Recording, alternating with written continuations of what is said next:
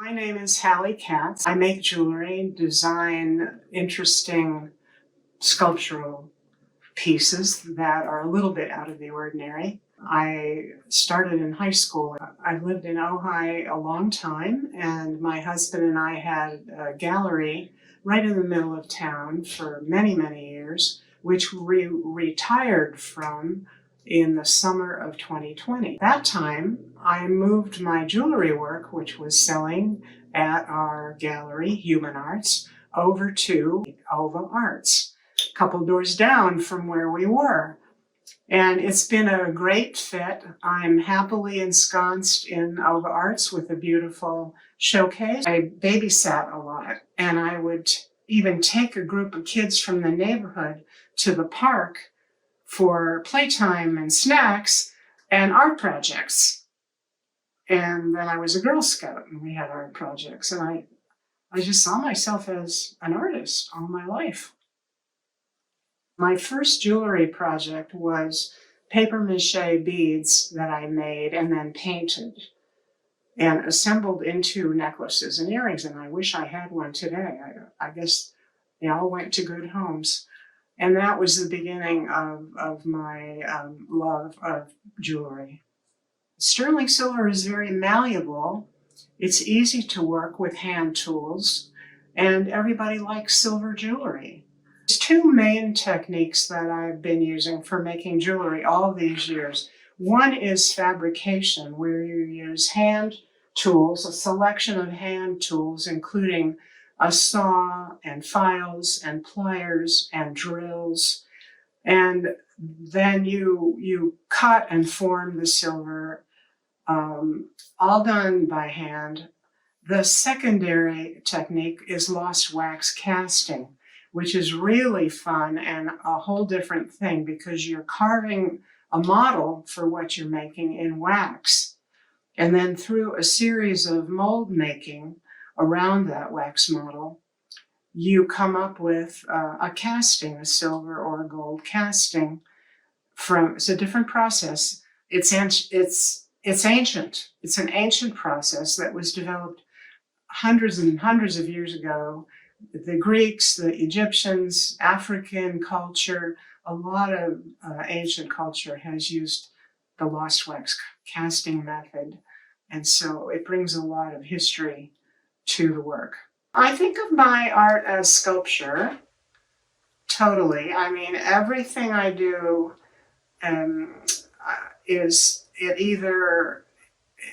I'm working towards a sculptural attitude or a form that's three-dimensional, not just flat. Or if it is flat, I give it texture to make the imagery stand out. So again, it sort of becomes decorative sculpture. Going to museums and art shows and talking with creative people, studying through the books that we have, or today on YouTube, all of that is very inspiring.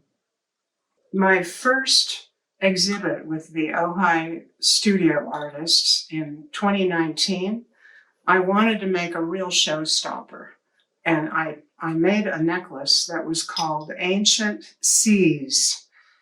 And it had pieces and parts that were fabricated, and some were cast, and some had fossils in them, and some had gems. And so all of these units made quite a statement.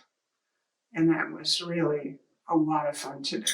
2 years ago, ripped apart this garage and renovated and expanded so that I would be able to teach again. I started out teaching, actually, that was my first career, you could say. When I was still in college, one of my professors recommended me to Barnstall Arts and Crafts Center in Hollywood. It was a wonderful position in a building that was built by Frank Lloyd Wright on a hill next to Hollyhock House. That was a complete Frank Lloyd Wright experience. And I was in the building where it was Recreation and Parks that ran it, adult art classes. I was teaching there.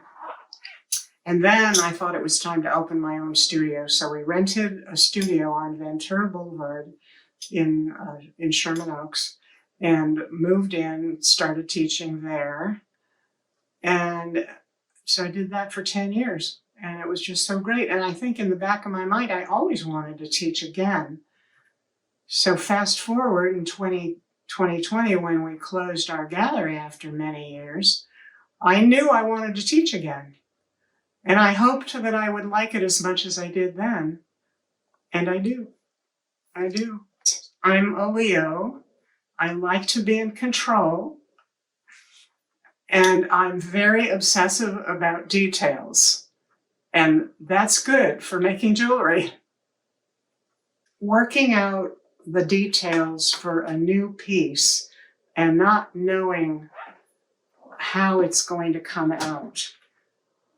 Even till the end, when you finally polished it and you've set the stones, you don't know. And then it reveals itself. And that is an amazing feeling. I cook. Because cooking is an art too. And it's a therapy.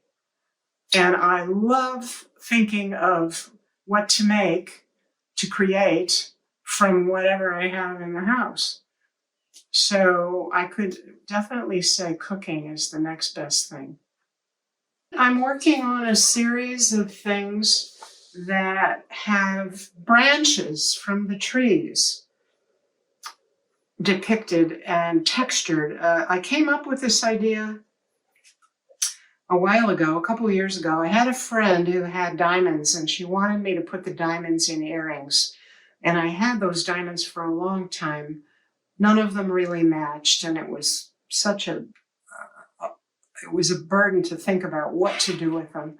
One day I was sitting in the hot tub looking up at the sky through the branches of the oak tree, seeing the stars, and I thought, well, I'm just going to make something with branches, and the diamonds will be the stars, and you'll see them through the night sky. And that was the beginning of this whole new series. Success to me is, really based in being able to do what I like to do and make a living at it. The added perks of being able to travel through the years, attached to the work that we did, the craft shows, being buyers for the craft, at the craft shows for our gallery, meeting up with people, the connections that we make with our clients and the artists.